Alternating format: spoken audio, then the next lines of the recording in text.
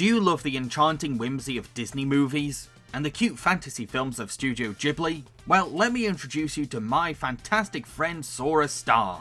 She's an incredibly talented and gifted Scottish artist who specialises in unique Disney fan art and renditions of folklore creatures. If what you're seeing on screen right now is to your fancy, then please consider following her on Instagram, Facebook and Twitter.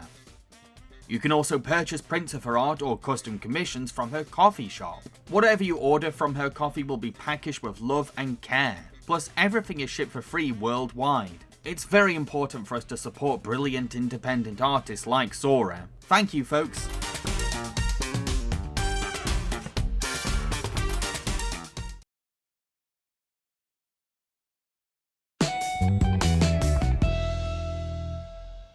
Howdy folks, Jambareeqi here, and welcome to another episode of Jambareeqi Orange, the show where I let my patrons decide what I review. The options for this episode included Mortal Kombat Legends: Scorpion's Revenge, HOWL'S Moving Castle, The Little Mermaid 2, Lost in Space, Monster Hunter, and The Dark Knight Rises. They chose HOWL'S Moving Castle. Sophie works at a hat shop and dedicates all of her time and energy to running it. One day she bumps into some aggressively forward soldiers who won't leave her alone, but the famous wizard Howl saves her from them. After closing her hat shop, the Wicked Witch of the Waste breaks in, jealously angry that Sophie got attention from Howl, and the witch curses her to look like an old lady. The next day, Sophie heads up to the Waste to demand for her curse to be lifted. Along the way, an enchanted scarecrow called Turnip Head helps her find a place to stay, only to lead her directly to Howl's Moving Castle. Once inside, Sophie meets Howl's wizarding apprentice Marco, and a fire demon called Calcifer, who moves the castle with his power. Sophie offers to be the castle's maid,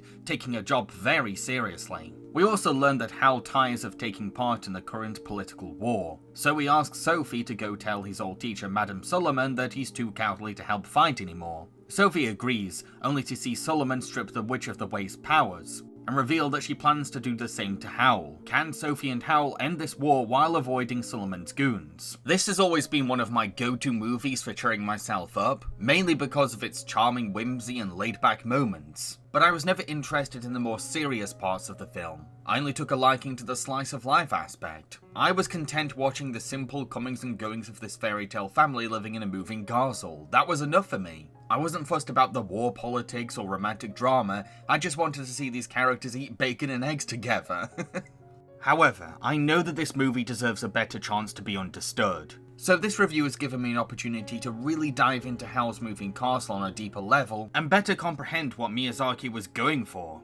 Sophie starts off as an insecure woman who doesn't see any value in herself. She's only working in a hat shop to please others, and won't let herself dream about what she wants. She doesn't think she's pretty or anything special. When she's cursed by the Witch of the Waste, it's not a spell that forces her to get old, but rather reflects the person she lives out. Secluded, timid, frail, and reluctant to have fun, just like a tired old lady. At the same time, her old age curse is actually a blessing too. Now that she's old, she believes that she has nothing to lose, so she's less afraid of what others think of her, and that brings out a heap of confidence in her. She even shows her strength through cleaning, tackling her job as a maid with gusto, like she's a knight of hygiene and her broom is her sword. We all tend to dread our household chores, but somehow Sophie makes cleaning look cool.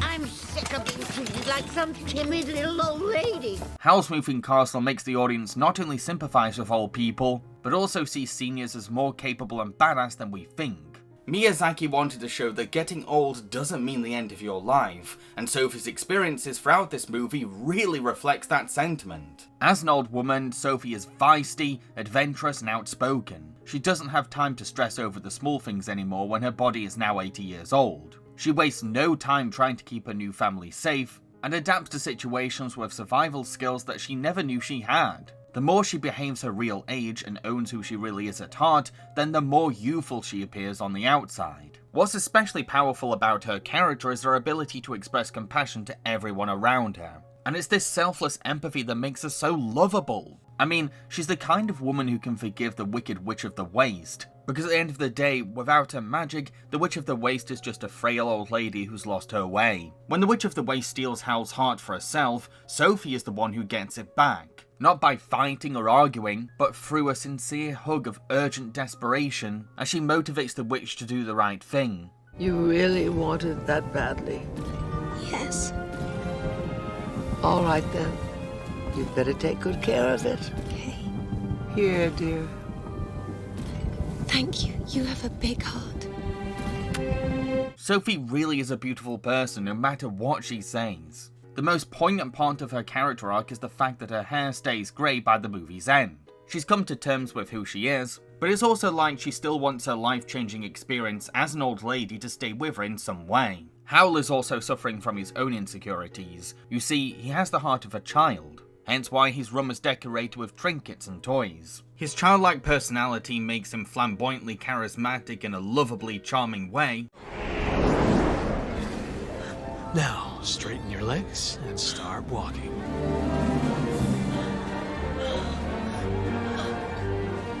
See? Not so hard, is it? But also results in him being juvenile and shallow too. This is most evident when Sophie accidentally dyes his hair, and he falls into a sulky tantrum about his beauty. However, he is willing to mature as the film goes on, mainly thanks to Sophie herself, who proves that age and beauty don't define a person's value, but inner strength and compassion for others. Sophie's values rub off on Howl and motivate him to be more grown up and loving. Knowing you'd be there gave me the courage to show up. That woman terrifies me. I can't face her on my own. You saved me, Sophie. I was in big trouble back there. In return, Howl helps Sophie to see what she can't. Please, Howl, I know I can be of help to you. Even though I'm not pretty, and all I'm good at is cleaning.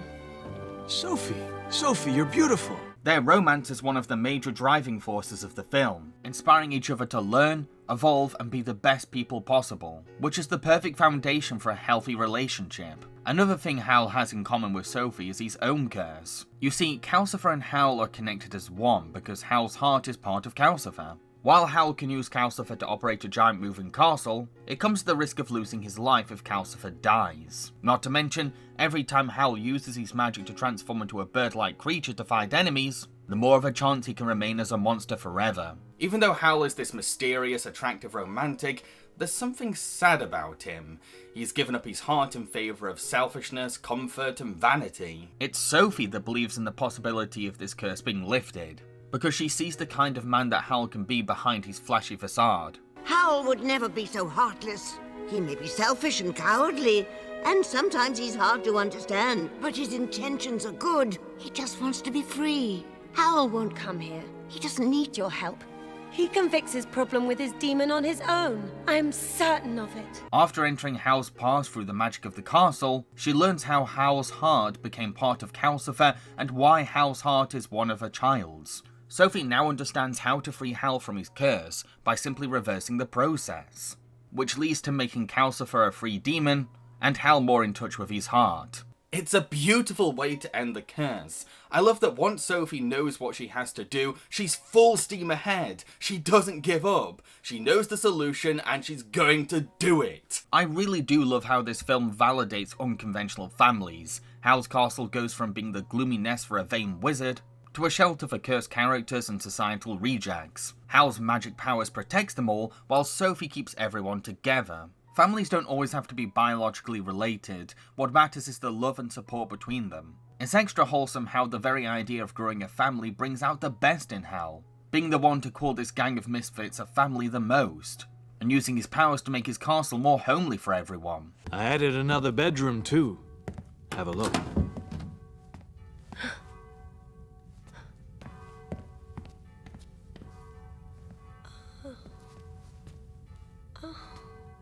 Why do you do this? So we'd have a room that suited you. So a lot of people have criticised the war subplot in this movie for being underexplained. But really, that's completely intentional. You see, Miyazaki was very vocal about how much he hated the Iraq War at the time, and he used Howl's moving castle to tell an anti-war message. The war in this film is started by a kingdom jumping to assuming that another kingdom kidnapped their prince, when in reality, Turnip Head was actually the prince all along and Sophie's kiss stopped his curse. Miyazaki wanted to comment on how war is just unnecessary violence started by immature bickering that always leads to innocent lives and homes being destroyed. So of course the politics behind this film's war had to be stupid and shallow. They say their prince is missing, and they're blaming us. Be it sounds like they're gonna start a war over it. That's what I heard. Nobody wants to go to war. Let's hope the prince turns up soon. Howl goes from reluctantly working for the kingdoms under two identities to coming to realize how pointless all the fighting is, especially when his fellow wizards even turn on him. With Sophie as his muse, he becomes a force for good, and actively tries to end the violence with his magic, plus finds the courage to decline working for anyone anymore, making Howl into this anti-war activist hero. Madame Solomon is a witch who takes great pleasure from the privileges of working for royalty. Despite thinking that she's above the Witch of the Waste in terms of moral ground, she's completely guilty of abusing her magic for selfish reasons. She not only sees her fellow magicians as vessels for her own army, but also feels justified in taking away other people's freedom of magic, relinquishing them of the chance to learn to use magic for good. Sort of the Clockwork Orange deal. It's the complete opposite of how Sophie gets people to do the right thing. Sophie and Howl symbolize peace and love, Solomon represents destruction and control. This makes them the perfect narrative juxtaposition, strengthening the movie's themes. Once Howl and Sophie find the happy ending, Madame Solomon doesn't stubbornly try to keep the fight going. She accepts defeat, admits that this war is stupid, and calls it all off. The game is over. Get me the Prime Minister and the Minister of Defense. It's time to put an end to this idiotic war. Yes, ma'am. That's what I really love about Miyazaki villains. They walk this fine line between good and evil, rather than just being exaggerated caricatures of the worst of humanity. To conclude, I've come to better appreciate this movie for what it truly is. It's more than just a cute fairy tale fantasy. It's a film that teaches its audiences to love life more, end pointless fighting, and believe in their own potential. It contrasts its peaceful scenes of everyday life with its background war politics to effectively show how love is better than hate and destruction, that coming together like a family is far more triumphant than fighting over dumb misunderstandings. I used to have a lot of problems with this movie, all of which aren't even worth mentioning anymore. But once I learned to understand what the film was going for, stopped overthinking the smaller details, and let myself fall in love with the story, I suddenly saw the bigger picture. Howl's Moving Castle is now so much more to me than just a distraction from my anxieties. It's also now a movie that inspires me to be a better person, and a hard reminder to myself that every well-meaning movie deserves a chance to be understood. It's funny, I really overlooked this movie when so much was under my nose. Just like the Warring Kingdoms in the film itself, I was too quick to judge. What am I going to be reviewing in the next episode of Jambareeqi Orange? Well, that's entirely up to my patrons. The options for the next episode include The Mitchells vs. the Machines, Earwig and the Witch, Weathering with You, Dawn of the Dead 2004, Lara Croft Tomb Raider, and Shaolin Soccer. That's a pretty awesome selection, am I right? Now don't forget that you have to be a patron in order to access this poll. What is a patron? Don't worry, I'll explain. This is my Patreon. It's a site for my fans to support me financially on through a monthly basis. Those who donate are called patrons. Patrons can donate as much as they want and are welcome to stop donating anytime. In return for their generosity, patrons are given exciting rewards based on their pledge amount. These rewards include early access to my videos before they go up publicly on YouTube, behind the scenes content, their name in the end credits of my videos, a chance to request a review of anything at all, and much more. Pretty excited to find out what my patrons want me to review next on the show. Cheerio, folks.